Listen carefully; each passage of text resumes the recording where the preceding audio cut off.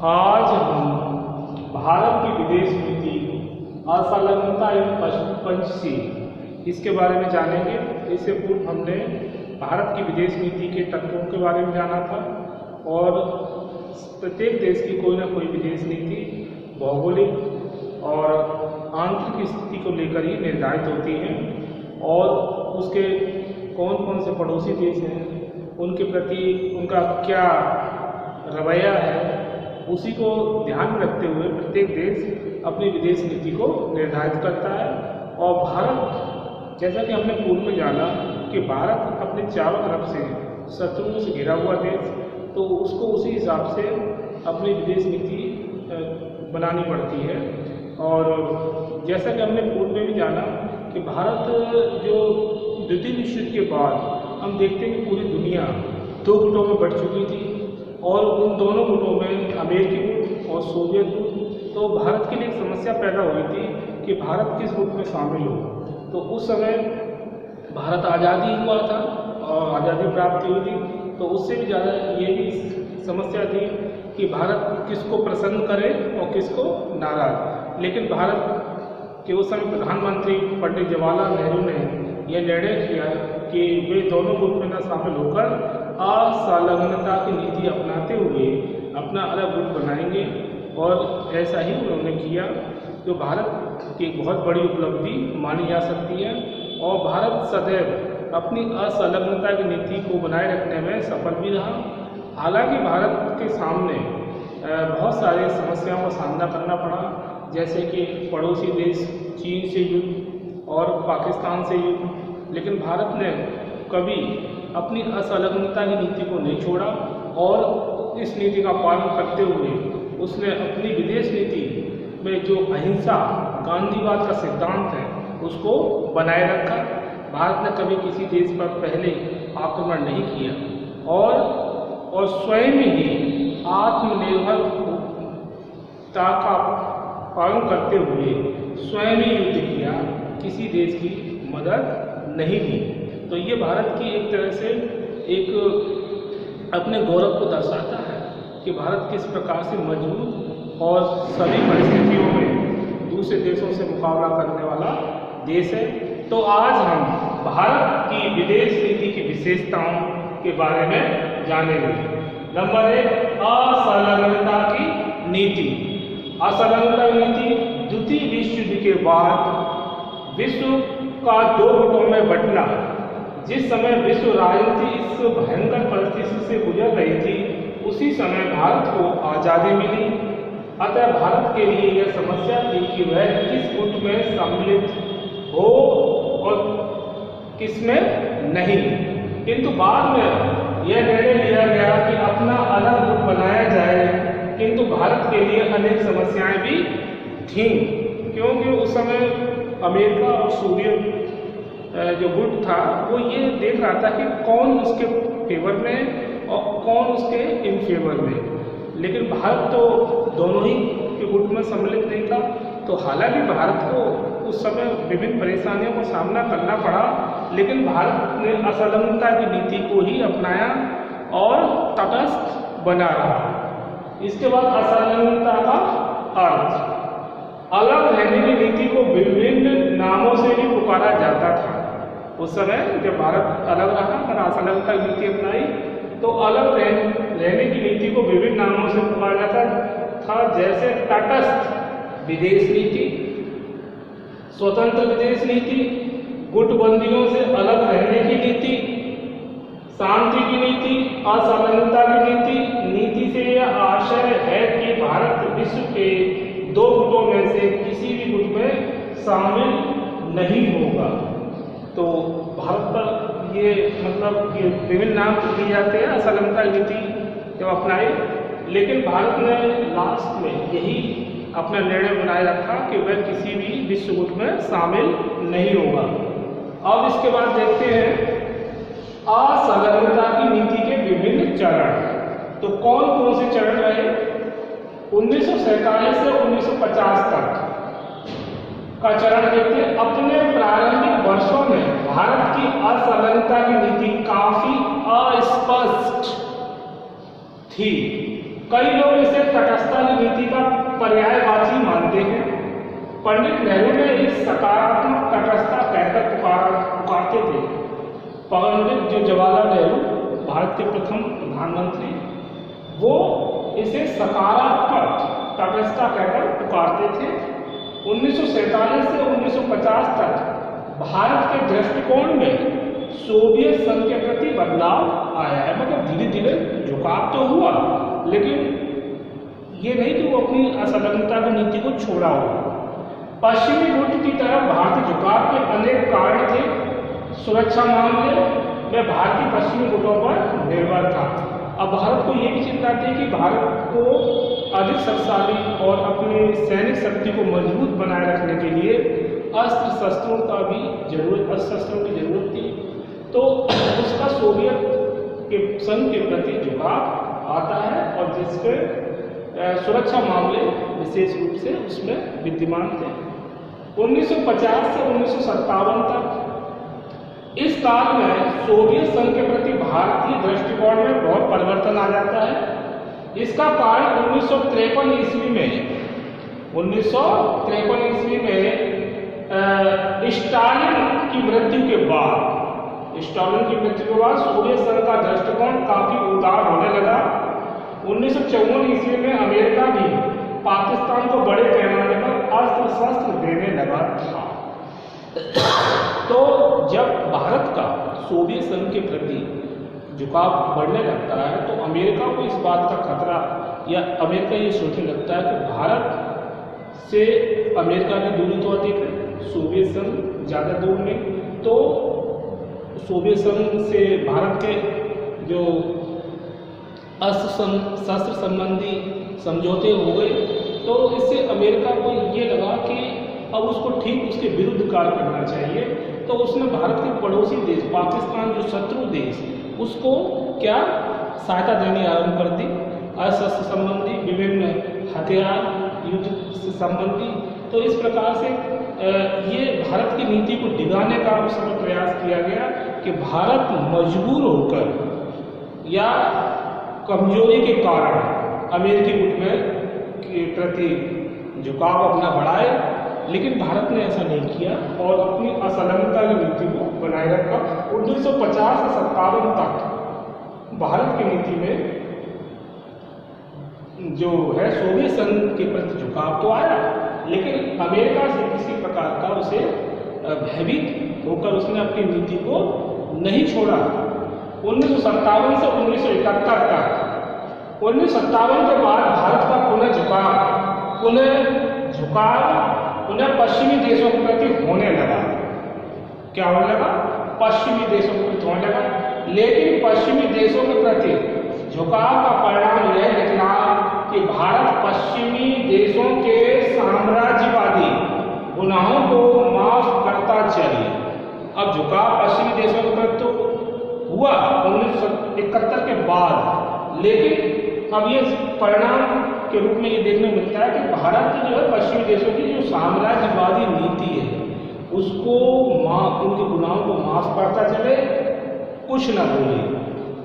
Vietnam संकट के समय भारत का ढुलमुल रवैया इन्हीं परिस्थितियों का परिणाम था। तो वियतनाम संकट में हमें ये दिखाई देता है कि किस प्रकार भारत ने एक तरह से ढुलमुल नीति अपनाते हुए अपने इस पर ज़्यादा प्रतिक्रिया नहीं दी, और ये 1971 के बाद देखने को मिलता है। चीनी आक्रमण और भारतीय असंलग्नता, चीनी आक्रमण और भारतीय असंलग्नता में देखें तो 1962 में भारत पर चीन ने आक्रमण किया। अब चीन बड़ा देश और भारत से उस समय मजबूत स्थिति में भी था। चीन के काफ़ी शस्त्र के क्षेत्र में सैनिक दृष्टि से, लेकिन भारत ने उस समय चीन से घबराकर किसी गुट में जाना उचित न समझते हुए स्वयं ही मुकाबला किया। तो ये भारत की बहुत बड़ी उपलब्धि मानी जा सकती है कि चीनी आक्रमण के समय भी उसने असंलग्नता की नीति को नहीं छोड़ा और स्वयं ही डटकर मुकाबला किया। ये भारत की विदेश नीति दर्शाती है कि भारत कभी विपरीत परिस्थिति में भी नहीं घबराया।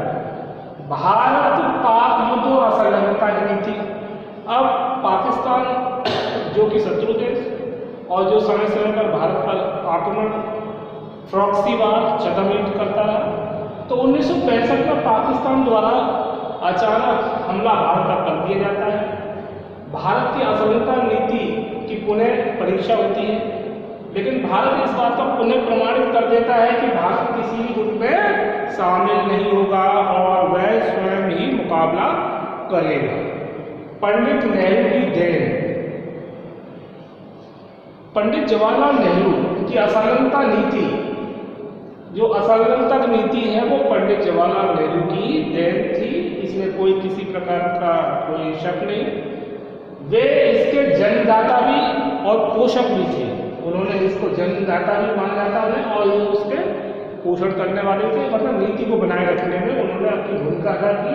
नेहरू के कारण भारत ने अंतर्राष्ट्रीय समाज में प्रतिष्ठा स्थापित की।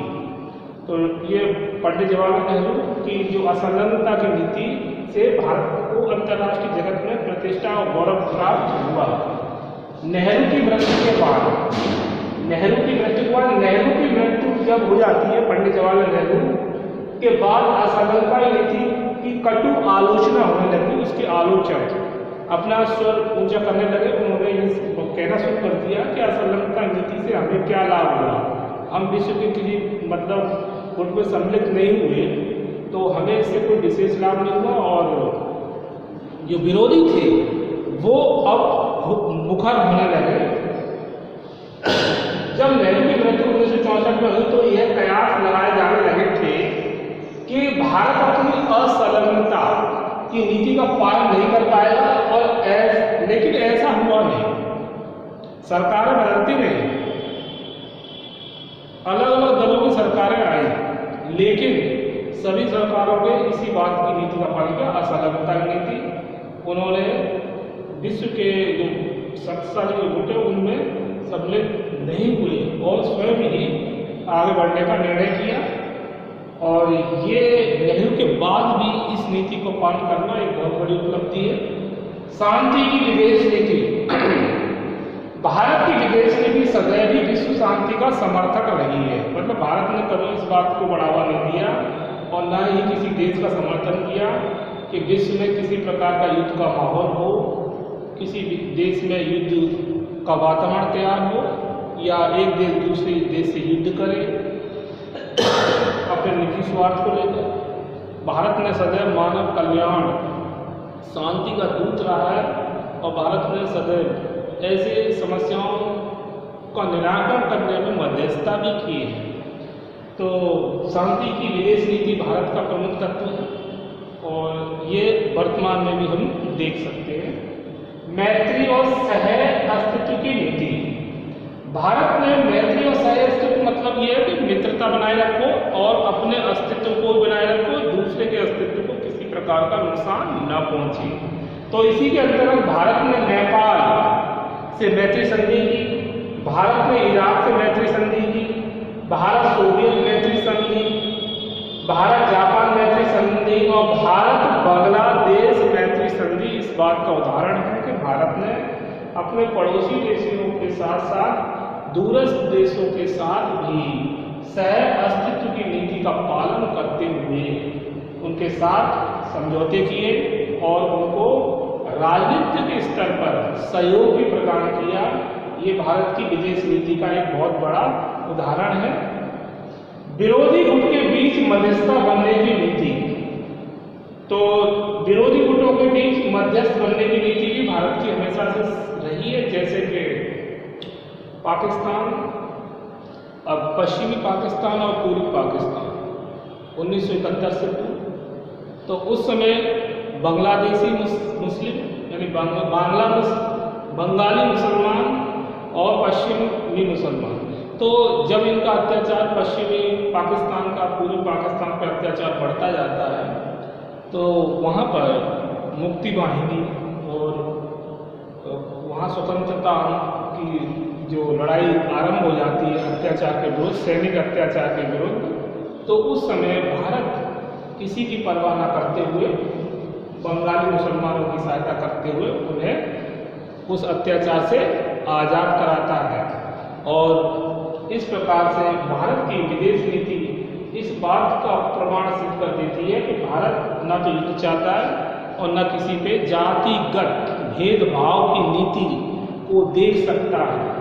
तो इस प्रकार 1971 में पूर्वी जो पाकिस्तान जिसमें बंगाली मुसलमानों के अत्याचार हो रहे थे पश्चिमी पाकिस्तान के, तो उसमें मध्यस्थता करके एक नया राष्ट्र बनाने में उनकी मदद करता है और उन्हें पश्चिमी पाकिस्तान के अत्याचारों से मुक्ति दिलाता है।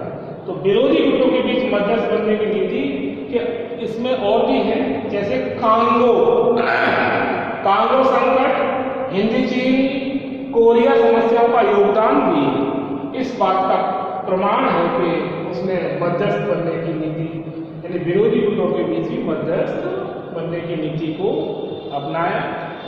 साधनों की पवित्रता की नीति, यदि भारत को साधनों की पवित्रता में विश्वास नहीं होता तो ताशकंद समझौता और शिमला समझौता कभी नहीं होता। अब 1971 में भारत ने पाकिस्तान का जो पूर्वी भाग था उसे एक नया देश बनने में मदद की और इंदिरा गांधी ने उस समय अपनी उदारता का परिचय देते हुए और साधनों की पवित्रता को देखते हुए उस समय शिमला में एक समझौता भी किया जिसमें भारतीय सेना ने जो पश्चिमी पाकिस्तान की जितनी भूमि कब्जा ली थी उसको समझौते के अंतर्गत उसे वापस कर दिया। तो ये भी भारतीय प्रधानमंत्री इंदिरा गांधी की विशेष एक तरह से उदारता, एक महानता कह सकते हैं कि उन्होंने एक विरोधी शत्रु को इतना बड़ा मतलब उसकी छीनी हुई भूमि को उसे ही वापस कर दिया। तो भारत ने कभी साधनों को गलत नहीं बनाया और न उसकी पवित्रता में किसी प्रकार की आँच आने दी। अगर साधन अच्छे होंगे तो उद्देश्य भी अच्छा होगा और ऐसा ही हमें दिखाई देता है ताशकंद समझौता और शिमला समझौता। अब ताशकंद समझौते में लाल बहादुर शास्त्री गए और उनकी वहाँ मृत्यु भी हो जाती है, लेकिन फिर भी भारत ने धैर्य का परिचय दिया। पंचशील की नीति, अब पंचशील की नीति जो कि बौद्ध धर्म से भी प्रभावित है, इसमें 5 बातों पर विशेष बल दिया गया है। जैसे नंबर 1, सभी राष्ट्र एक दूसरे की प्रादेशिक अखंडता और संप्रभुता का सम्मान करेंगे, मतलब अपनी एकता अखंडता को बनाए रखेंगे पर दूसरे पर किसी प्रकार की एकता अखंडता को भंग नहीं करेंगे और संप्रभुता का सम्मान करेंगे यानी सॉवरेनिटी को बनाए रखेंगे। नंबर 2, कोई राज्य दूसरे राज्य पर आक्रमण का कोई राज्य अगर दूसरे राज्य पर आक्रमण करता है तो इसकी आलोचना की जाएगी, उसका सम्मान नहीं किया जाएगा, उसको गलत माना जाएगा। नंबर 3, कोई राज्य दूसरे राज्य के आंतरिक मामलों में हस्तक्षेप नहीं करेगा। किसी भी राज्य का आंतरिक मामला उसका निजी मामला हुआ, उसमें उस पर जबरदस्ती हस्तक्षेप करने का कोई अधिकार नहीं होगा। प्रत्येक राज्य एक दूसरे के साथ समानता का व्यवहार करेंगे, मतलब ये नहीं कि कोई धनी राष्ट्र है और निर्धन राष्ट्र के साथ दुर्व्यवहार करे, उस पर अत्याचार करे, उसका कोई क्षेत्र छीन ले, ऐसा नहीं। प्रत्येक राज्य एक दूसरे के साथ समानता का व्यवहार करेंगे। नंबर 5, सभी राष्ट्र शांतिपूर्ण सह अस्तित्व में विश्वास करेंगे, मतलब अपना अस्तित्व में कोई समझौता नहीं और दूसरे के अस्तित्व पर किसी प्रकार का खतरा उत्पन्न न करें। सभी राष्ट्र अपने शांतिपूर्ण सह अस्तित्व बनाए रखें, अपनी सुरक्षा रखें और दूसरों के प्रति भी अच्छा दृष्टिकोण अपनाए रखें। तो ये पंचशील की नीति। संयुक्त राष्ट्र का समर्थन, भारत ने पंचशील की नीति अपनाई और चीन पर विश्वास भी किया, लेकिन चीन ने भारत के साथ धोखेबाजी की, और जैसा कि 1962 के युद्ध में देखने को मिलता है। पर भारत ने अपनी असंलग्नता की नीति को नहीं छोड़ा। संयुक्त राष्ट्र का समर्थन, संयुक्त राष्ट्र का समर्थन भारत ने सदैव से किया है, और संयुक्त राष्ट्र का समर्थन करते हुए कांगो संकट और कोरिया समस्याओं, हिंद चीन समस्याओं को इनमें अपना योगदान दिया है। और संयुक्त राष्ट्र संघ की सेना जो कि किसी विवादास्पद क्षेत्र में उसका समस्या का निराकरण करने जाती है, तो भारतीय सेना भी उसमें अपना योगदान देती रही है। और संयुक्त राष्ट्र संघ का समर्थन करने का यही परिणाम है कि संयुक्त राष्ट्र संघ भी विश्व में शांति बनाए रखने में सक्षम है। और संयुक्त राष्ट्र संघ ने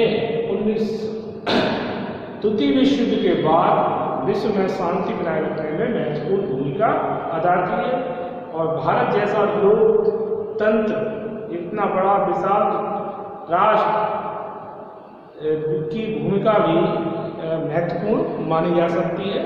तो आज हमने भारत की विदेश नीति में असंलग्नता या पंचशील की नीति को, भारत की विदेश नीति की विशेषताएं, असंलग्नता की नीति, असंलग्नता का अर्थ, असंलग्नता मतलब किसी एक गुट में शामिल न होना, अपने आप को पृथक रखना और अपने निर्णय का खुद मालिक यानी मर्जी का मालिक होना।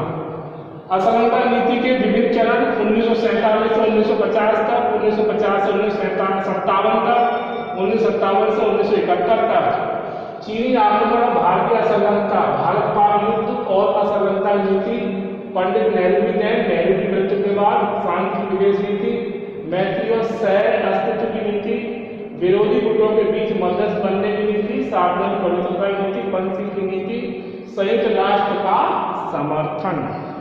तो आज हमारा जो प्रथम जो प्रश्न पत्र है उसका ये चैप्टर भारत की विदेश नीति के साथ ही समाप्त होता है। इसके आगे हम विश्व का इतिहास नेक्स्ट वीडियो में देखेंगे, समझेंगे। ओके।